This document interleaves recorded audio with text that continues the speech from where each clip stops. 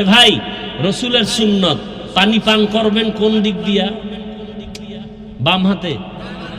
জুতা পরবেন আগে কোন পা? মসজিদে ঢুকবেন কোন পা? রসুলের সুন্নত ভালো কাজ ডান পা। হজ করছেন বা উমরা করছেন কারা? একটু হাত দেখেন তো, খবর নেই, হাত নামান। আচ্ছা, যারা ছবিতে দেখেন খেয়াল করবেন, যারা করছেন এদেরও খেয়াল নেই। প্রত্যেকটা ভালো কাজ ডান দিক দিয়ে শুরু হয়, ঠিক, কিন্তু হজের তাওয়াফ শুরু হয় বাম দিক দিয়ে। কারণ কি? যখন আমরা তাওয়াফ শুরু করি এই সিনাটা বাম দিকটা কাবার দিকে থাকে, খেয়ালও করেন নাই কি? ডান দিক থাকে না বাম সাইড, অর্থাৎ এদিকে ঘুরে। হজরে আসওয়াদ পাথরের গোড়ার থেকে তাওয়াফ শুরু হয়, বামে ঘুরতে থাকবে, ঘুরতে ঘুরতে কয় চক্কর? 7টা। গুইরা এই সাদা হজরে আসওয়াদের এখানে আসবে, এক চক্কর শেষ, আবার এখান থেকে ঘুরবে। সব ডান দিক দিয়ে সুন্নত। তাওয়াফটা বামে কেন? কথা বুঝেন নেই না? কিসের ডান দিক? বাম সিনা বাম দিকে ঘুরে, বাম দিকে। ডানে তাওয়াফ করলে তো হবেই না। সিনা বাম দিকে শুরু হয়, বামে ঘোরে, বামে তাওয়াফটা শুরুই হয় বাম দিক দিয়ে। এই যেমন এই ধরনের স্টাইল, হ্যাঁ, ডান দিক দিয়ে শুরু করলে এদিক দিয়ে ঘোরা শুরু হইবে। কিন্তু না, এই হজরে আসওয়াদ এই কোনায়, ওখান থেকে ঘুরতে থাকবে বামে, বামে ঘুরে আইয়া এখানে আবার ঘুরো। এই সিনা বাম দিকে, বাইতুল্লাহর লাগে সম্পর্ক, ডাইনটা থাকবে এই সাইড। আর যদি ডানে ঘুরি, এদিক থেকে শুরু করি, তাহলে এই সিনা থাকবে কাবার দিকে। এই সিনা কখনো কাবার দিকে থাকবে না।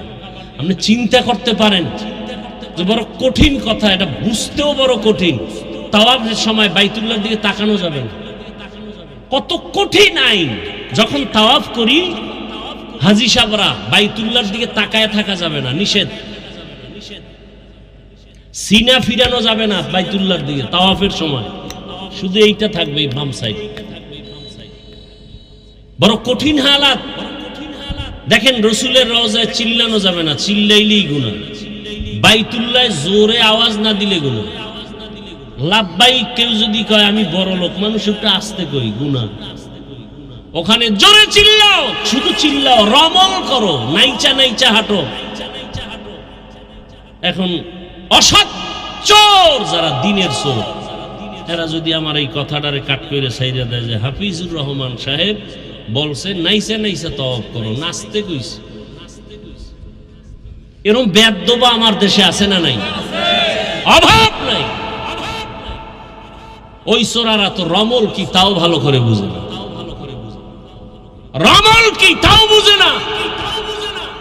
বুঝাইতে গিয়ে বলছি এইভাবে হেলে দুলে তাওয়াফ করতে হবে, এটারে রমল কয়।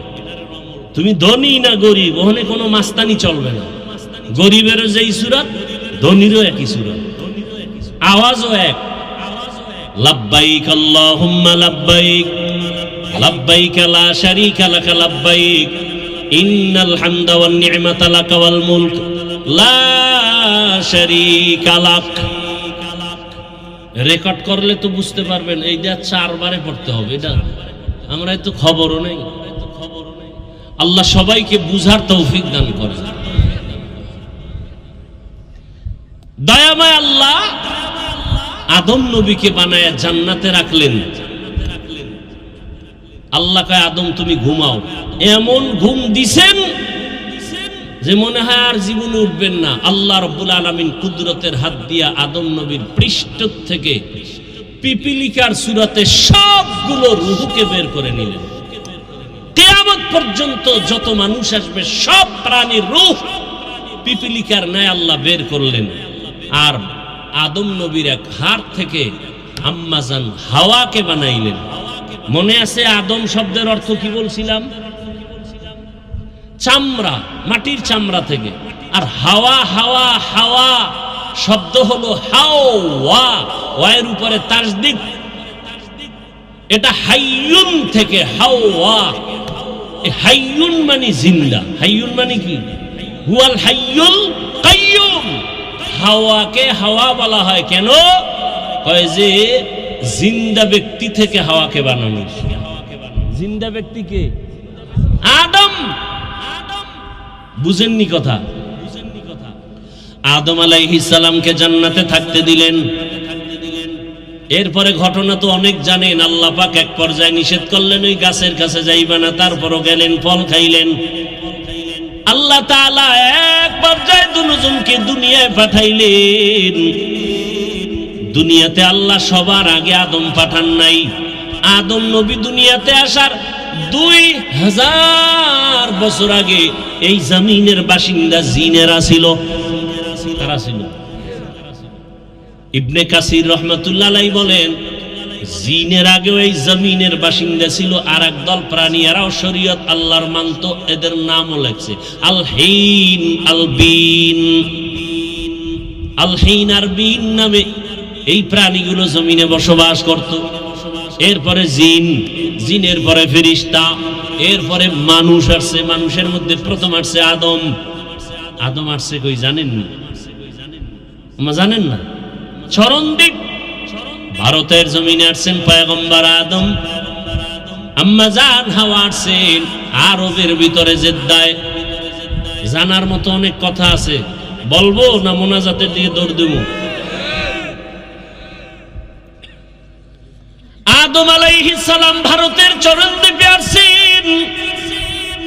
হাওয়া রইছে জিদ্দায়, দুইজনের সাথে কোনো মোলাকাত নাই।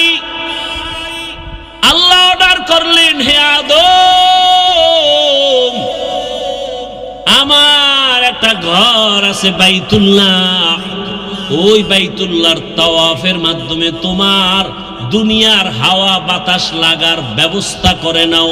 তোমার শরীরের সাথে জমিনের বাতাসকে অ্যাডজাস্ট করো। ভারতের জমিন এমন এক বরকতের জমিন, এখান থেকে পায়ে হেঁটে হেঁটে আব্বা জান আদম 1000 বার বাইতুল্লাহ গিয়া হজ করেছেন। কয়বার? 300 বার বড় হজ, 700 বার উমরা। কোথা থেকে হেঁটে গেছেন? তাহলে ভারতের জমিন খারাপ? ভালো মানে আমার বাবার দেশ। এখন ওই সোরারা কইব আমি ভারতের দালাল।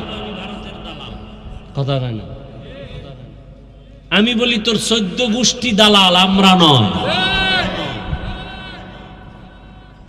ভারতের জমিন এমন বরকতের জমিন, যেখান থেকে পৃথিবীর ইতিহাসে প্রথম বাইতুল্লাহর হজ শুরু হয়েছে। কার মাধ্যমে? আদম আলা নবিয়িনা ওয়া আলাইহিস সালাতু ওয়াস সালামের মাধ্যমে। কয় হাজার বার? 300 বার বড় হজ, 700 বার। এর খবরও তো নেই। এই বয়ানটা সেদিন দিছি। সেদিন কোথায় জানি? বাগেরহাট। এর মধ্যে লাগিয়ে গেছে, লাগিয়ে গেছে। বেয়াদবি করলে ওই মা বাবার অবৈধ, মা বাবার অভিশপ্ত বেয়াদব সন্তানগুলোই আলেমের বিরোধিতা করে।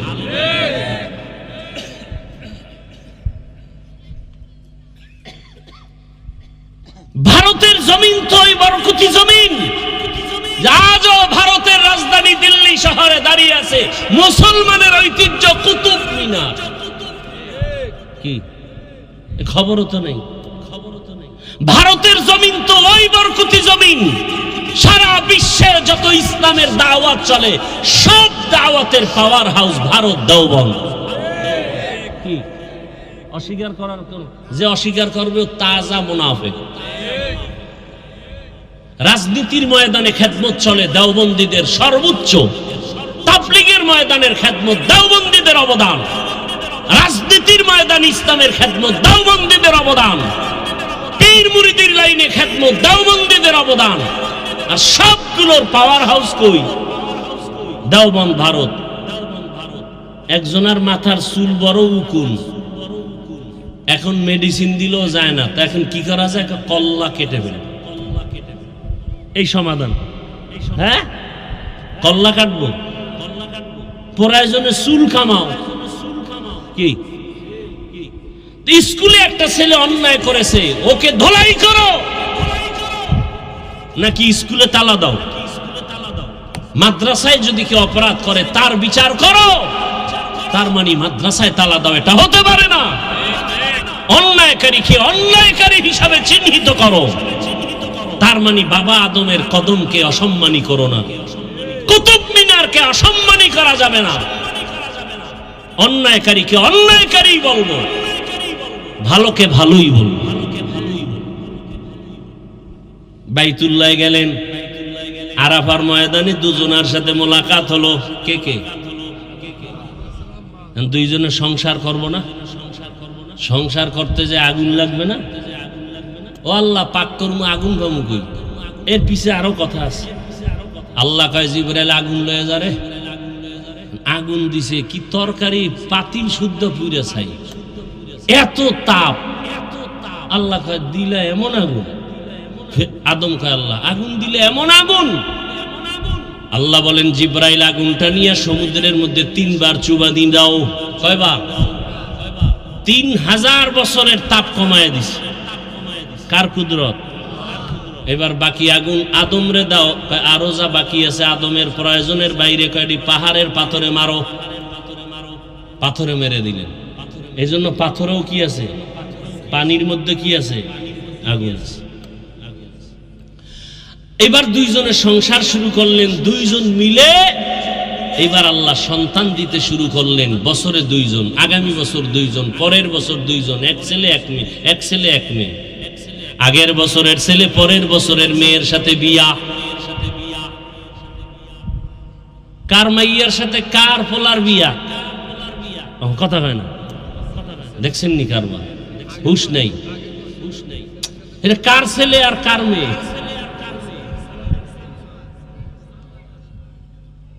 এটা আলাদা আলাদা না একই মায়ের সন্তান? আগামীকালকে থেকে আপনারা এটা শুরু করেন।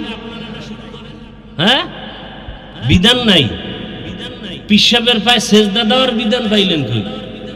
হ্যাঁ, নিদি আদমের দলিল টানেন।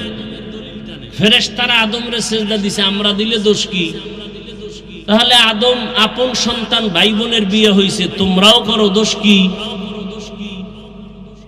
আল্লাহ হেদায়েত দান করুন। বছরে বছরে 2 জন, এক সন্তান আসছে একা। শীষ আলাইহিস সালাম একা। কারণ এখানে আরো ঘটনা আছে। কাবিল একটারে আবার জবাই করে মাইরে লাইছে না, হাবিল কাবিলের ঘটনা। সেখানে তো এক ভাই আছে, বোন আছে, ভাই নাই, তার জোড়া লাগবে না। হায়, আস্তে আস্তে আস্তে আস্তে এক পর্যায়ে আদম নবী বাইতুল্লাহ সুন্দর করে নির্মাণ করলেন। আদম নবী দুনিয়াতে আসার, দুনিয়ায় আইসা বাইতুল্লাহ নির্মাণ করার পর আদম নবী এক পর্যায়ে দাওয়াতের কাজ করে চলে গেলেন। শীষ নবী চলে গেলেন। 600 বছর পরে জমিনের সব মানুষগুলো ইবলিসের পরামর্শে মূর্তি পূজা শুরু করলো। আদম নবী বিদায়ের কয়শো বছর পর? 600 বছর পরে মূর্তি পূজা শুরু, চলতে থাকলো আরো 600 বছর। কত হইল টোটাল? 1200 বছরের সময় পৃথিবীর একটা মানুষ ছিল না যে মূর্তি পূজা করে নাই। ঠিক 1200 বছরের পরে পৃথিবীর প্রত্যেকটা মানুষ যখন মূর্তি পূজায় লিপ্ত, ঠিক সেই সময় আল্লাহ নূহ নবীকে পাঠাইলেন। কাকে? নূহ নবী আইসা 850 বছর দাওয়াত দিয়া মাত্র 40 জনারে মূর্তি পূজা থেকে ফিরাইলেন। কয়জন? 40 জন। আবার কয়শো বছরে 40 জন? 950 বছর। আল্লাহ জানাই দিলেন, এই নূহ, তুমি আর 1000 বছর দাওয়াত দিল, একটা লোক আর মূর্তি পূজা। এই 40 জন নূহ নবীকে যদি আর ফিরে নাই তাহলে মাইরে ফেলাও, এটির সব দোয়া করে দিলেন। আল্লাহ কোরআনে সে দোয়ার কথা বলছেন। أقال نوح رب لا تذر على الأرض من الكافرين ديارا। এইবার দোয়া কবুল হয়ে গেছে। দোয়া কবুল হওয়ার পরেই আল্লাহ কয়, নূহ, তোমার সন্তান 40 জন মুমিন সহ আমার গজব আসবে, তুফান, নিরাপদের জন্য একটা কিস্তি বানাও। ওই কিস্তির মধ্যে 40 জন মুমিন তোমার সন্তান সহ আর প্রত্যেকটা প্রাণীর এক জোড়া করে, 2টা গরু, 2টা হাতি, 2টা ছাগল, 2টা ভেড়া, 2টা বকরি, এরকম পানির মধ্যে যা আছে এইভাবে জোড়ায় জোড়ায়। আল্লাহ কি বানাইতে কইলেন? কিস্তির মানে কি বলেন? সবাই বলেন, একবার বলেন নাউযুবিল্লাহ, আবার বলেন। আজকে থেকে আর জীবনে নৌকা বলবেন মানে আওয়ামী লীগেরটা না, এটা আপনি বলেন না বলেন, এটা আবার প্যাঁচ লাগায় না। নূহ নবীর নৌকা বলবেন না। আচ্ছা বলেন তো, পৃথিবীতে এমন কোন নৌকা আছে যে এক জোড়া হাতি, এক জোড়া গরু, 40 জন লইয়া উঠবেন আর আপনি জিন্দা থাকবেন? মেয়া 13 জন উঠা পইরা যাইতে লইছিলাম, পইরা গেছি, ধর ধর ধর কইয়া নাই। তাহলে এটা আসলে কি নৌকা ছিল না জাহাজ? হ্যাঁ জাহাজ। তালে তালে আমরা বাঙালি তো নৌকা বইলে ফেলাইছি, নৌকা ঢুকে গেছে ঘরে ঘরে। নূহ নবীর নৌকা না জাহাজ? কি আপনার যুক্তি কি বলে? নৌকায় সম্ভব এক জোড়া হাতি নেওয়া, এক জোড়া গরু, এক জোড়া ভেড়া, এক জোড়া বকরি, এক জোড়া হরিণ, এক জোড়া বাঘ, সিংহ, এরপর চলুন। নৌকা না জাহাজ? জাহাজ বানাইলেন। এরপরে ঘটনা তো আপনারা জানেন, এমন তুফান আসলো, নূহ নবীর 3 সন্তান আর 40 জন মুমিন ছাড়া আর একটা মানুষও দুনিয়াতে বেঁচে নেই। পুরা দুনিয়া শেষ, আল্লাহর কাবাঘরও ওখানে নেই, সমান হয়ে গেছে, বাইতুল্লাহ দেখা যায় না। নতুন করে আল্লাহ পাক নূহ নবীর 3 সন্তানের মাধ্যমে হাম, সাম, ইয়াফাত, এই 3 সন্তান দিয়া নতুন করে পৃথিবীটাকে আবার আবাদ করা শুরু হলো। এজন্য নূহ নবীকে বলে দ্বিতীয় আবুল বাশার। প্রথম আবুল বাশার কে? আদম আলাইহিস সালাম, প্রথম আদি পিতা। দ্বিতীয় আদি পিতা নূহ আলাইহিস সালাম। এই 3 সন্তান দিয়া এবার দুনিয়া আবাদ। আস্তে আস্তে আস্তে আস্তে এক পর্যায়ে আল্লাহ এই 3 সন্তান মিলে ওই সময় একটা শহর নির্মাণ করলো। আধুনিক বিশ্বে ইরাকের অন্তর্গত ওই শহরটার নাম কোরআনের ভাষায় বাবেল শহর। কি শহর? বাবেল শহরের এক সময় অধিপতি ছিল নমরুদ। নমরুদ একদিন স্বপ্ন দেখে আগুন উঠছে, ঘুমের ভিতরে আগুন উঠে পুরা বাবেল ধ্বংস। গণকারী পণ্ডিতের কয় কি দেখলাম? কয় তোমার শনি। কি দেখছো? এমন এক পুত্র ছেলে আসবে, তোমার এই খোদাইগিরি সব শেষ। নমরুদ কয় তাহলে জন্ম নিয়ন্ত্রণ শুরু। এটারে বলে বার্থ কন্ট্রোল, জন্ম নিয়ন্ত্রণ হারাম। পৃথিবীর ইতিহাসে জন্ম নিয়ন্ত্রণ আইন প্রথম পাশ করে নমরুদ, আর এই আইনের ডাইরেক্টর বানাইছে ইব্রাহিম নবীর বাবা আজরকে। আল্লাহ কয় যেখানে বাঘের ভয়, ডাইরেক্টরের ঘরেই আমি ইব্রাহিমরে পাঠাবো। আসলেন ইব্রাহিম নবী। ইব্রাহিম নবী এসে নমরুদের খোদাগিরি খতম করে বাইতুল্লাহ নির্মাণ করলেন। শিশু সন্তান কাকে দিয়া? ইসমাইল নতুন ভাবে বাইতুল্লাহ নির্মাণ করলেন একটা পাথরের উপরে দাঁড়াইয়া। এরপরে বাইতুল্লাহ বানাইছেন। এখন বাইতুল্লাহ দরজা দেখছেন কয়টা? একটা। ঠিক ওই বরাবর ওই পাশে আরেকটা দরজা ছিল, 2 দরজার ছিল, এবং উপরে ছাদ ছিল না, খোলা ছিল। আল্লাহ বাইতুল্লাহ নির্মাণ করার পরে বাইতুল্লাহর পাশে একটা পাহাড় আছে, ওই যে পানির জমিন মনে আছে? কথা বলে এটা নড়াচড়া করে, নড়াচড়া করে। আল্লাহ পাক বলেন আলাম নাজআলিল আরদা মিহাদা ওয়াল জিবালা, পাহাড় দিয়ে প্যারাক মারলেন। পৃথিবীতে আল্লাহ প্রথম জমিনে পাহাড় বানাইছেন, যেই পাহাড়, ওই পাহাড়ের নাম জাবালে আবু কুবাইস। বাইতুল্লাহর পাশে বর্তমান বাদশার বাড়ি উঠানো ওই পাহাড়ের উঠানো জাবালে আবু কুবাইসে আল্লাহ অর্ডার করলেন ইব্রাহিম, আবু কুবাইস পাহাড়ে উঠা তুমি হজের এলান করে দাও। এই বাইতুল্লাহ হজ যারা করবে, তোমার আওয়াজ যারা শুনবে তারা হজ না করে মরবে না। ইব্রাহিম নবীকে আমার আওয়াজটা কদ্দূর যাইব? এই নদীর ঘাটে। আওয়াজ দেওয়া তোমার দায়িত্ব, পৌঁছানোর দায়িত্ব আমি আল্লাহ। মুফাসসিরিনে কেরাম বলেন, ইব্রাহিম নবী যখন আওয়াজ দিলেন, মায়ের গর্ভের বাচ্চার কান পর্যন্ত আল্লাহ আওয়াজ পৌঁছায় দিলেন। রূহের জগতে যত মানুষ কিয়ামত পর্যন্ত আসবে, সব রূহের জগতে আওয়াজ পৌঁছায় দিলেন। এবং এই আওয়াজ যারা শুনে লাব্বাইক বলেছে, এরা হজ না করে মরবে না।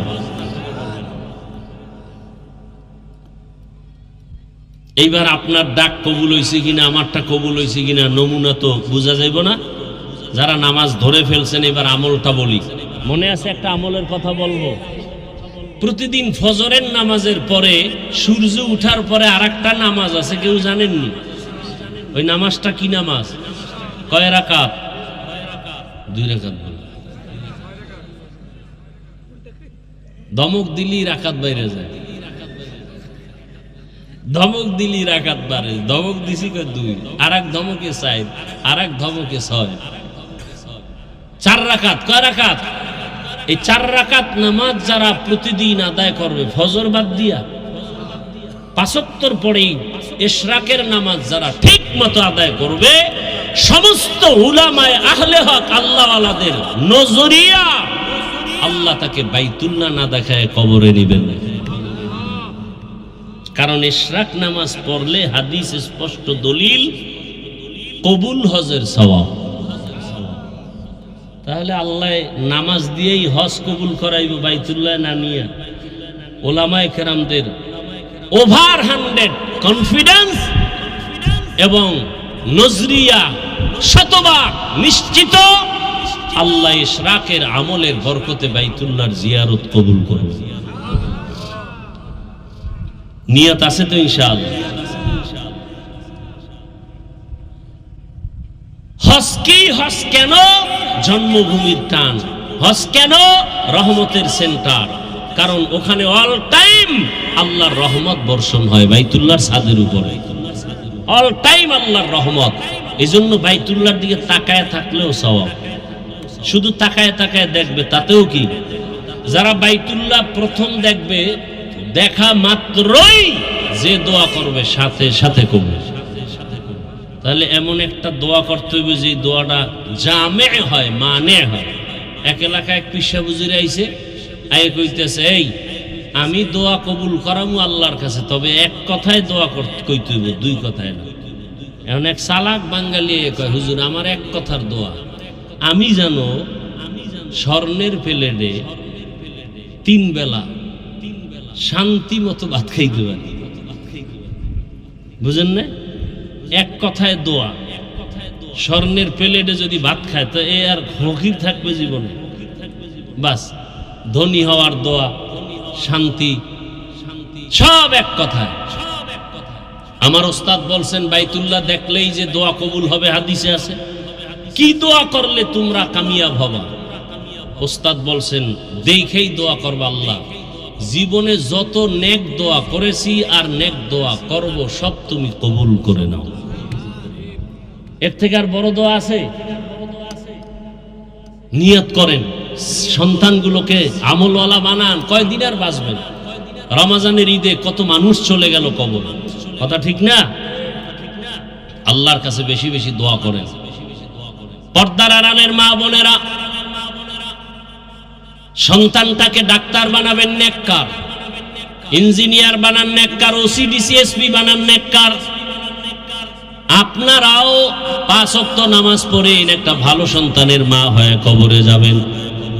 আপনার মতো কত মা এখনো আছে মোবাইলে সময় নষ্ট করে না, স্বামীর মাল হেফাজত করে, নামাজ ছাড়ে না, বেপরদায় চলে না। এরে আম্মা জানেন, আপনারা কেন পারেন না? এরে আমার কলিজার যুবক, তোমার মতো যুবক স্কুল কলেজে পড়ে, চাকরি করে, ব্যবসা করে, শ্রমিকের কাজ করে, নামাজ পড়ে, তুমি পারবা না কেন? জীবনে গুনাহ তো কম করো নাই, দাড়ি কম কাটো নাই। আল্লাহর কাছে তওবা করো, হে মালিক। ওই বাইতুল্লাহ এত বড় দামি ঘর, কত গরিবরা সেখানে যায়। ও আল্লাহ, তুমি একবার আমাকে নাও, আর দাড়ি কাটবো না, নামাজ ছাড়বো না, বেপরদায় চলবো না। ডাক্তার হলে নেককার ডাক্তার হব, ইঞ্জিনিয়ার হলে নেককার ইঞ্জিনিয়ার হব। জীবনে আর নামাজ ছাড়বো না, বেপরদায় চলবো না। মা বাবার দোয়া, শিক্ষকের দোয়া, উলামায়ে কেরামের দোয়া পরামর্শ নিয়ে নবীর আদর্শ মেনে, নবীর সুন্নত মেনে চলবো। বৃদ্ধ বাবাজিরা সন্তানটাকে আদর্শ মানুষ বানায় যান, এমন আদর্শ রাখবেন এক সময় আপনারা থাকবেন না, সন্তান গর্ব করবে আর বলবে আমার মা বাবার কারণে আমি ভালো হয়েছি। আমার মা বাবা কখনো ঝগড়া করে নাই, তর্ক করে নাই, আমার মা বাবার সাথে তর্ক করে নাই, বাবা মাকে গালি দেয় নাই, কখনো মোবাইলে সময় নষ্ট করে নাই, আজান হলেই নামাজে যাইতো। ও আল্লাহ, আমার মা বাবাকে তুমি জান্নাত দাও। এরে পর্দার আড়ালের মা ও বাবাজিরা, আর ভালো আদর্শ যদি না রেখে খারাপ আদর্শ রাখেন, সন্তান এক সময় ধিক্কার দিবে মনে মনে, আর বলবে আমার মা বাবা বড় খারাপ ছিল। দুইজনে সারাদিন ঝগড়া গালাগালি আর মোবাইল নিয়ে পড়ে থাকতো, মোবাইলে বাজে বেগানা দেখতো। বাবার আদর্শও ভালো না, মায়ের আদর্শও ভালো ছিল না। আমার মা বাবায় কোনোদিন আমাকে নামাজের কথা বলে নাই, রোজার কথা বলে নাই, গুনাহ থেকে ফেরার জন্য চেষ্টা করে নাই, বরং তারা নিজেরাই গুনাহ করত। আমার মা বাবার কারণে আমি ভালো হইতে পারি নাই। আমার মা বাবা বড় অভিশপ্ত মা বাবা। ও মা বাবারা, এই সন্তানের অভিশপ্ত শব্দ না শোনার জন্য এখন থেকে তৈরি হয়ে যান। আর মোবাইলে সময় নষ্ট করবেন না, চোখ দিয়া গুনাহ করবেন না, হাত দিয়া গুনাহ করবেন না, জবান দিয়া করবেন না। সন্তানটাকে আদর্শ ইঞ্জিনিয়ার, ডাক্তার, আদর্শ মানুষ বানায় যান। 5 ওয়াক্ত নামাজ পড়েন, স্বামীর মাল হেফাজত করেন, সন্তানটাকে আদর্শওয়ালা বানান। যুবক বাবারাও তওবা করো, তোমার মতো যুবক চাকরি করে, ব্যবসা করে, নামাজ পড়ে, অভাব নাই। আল্লাহর কাছে মনে মনে তওবা করো। আর দাড়ি কাটবা না, নামাজ ছাড়বা না, বেপরদায় চলবা না। মা বাবার দোয়া, শিক্ষকের দোয়া, উলামায়ে কেরামের দোয়া নিয়ে নবীর আদর্শ মেনে চলবো। তওবা করার মতো যদি করতে পারো, আমার মাওলা মুহূর্তের মধ্যে গুনাহ মাফ করে দিবেন। ও দয়ার মালিক, মেহেরবানি করে তওবাওয়ালা জিন্দেগি দান করেন, গুনাহমুক্ত জীবন দান করেন, বাইতুল্লাহ হজ করার জন্য কবুল করেন। আল্লাহর নবী বলেন, যারা হজে যেতে এখনো পারেন না, অন্তত হাজিদের মতো কিছু আমল করেন, বরকত পেয়ে যাবেন। বলে কেমন? হাজি সাহেবরা জিলহজ মাসের 1 তারিখ, ওই দিন থেকে নখ কাটা যাবে না, চুল কাটা যাবে না।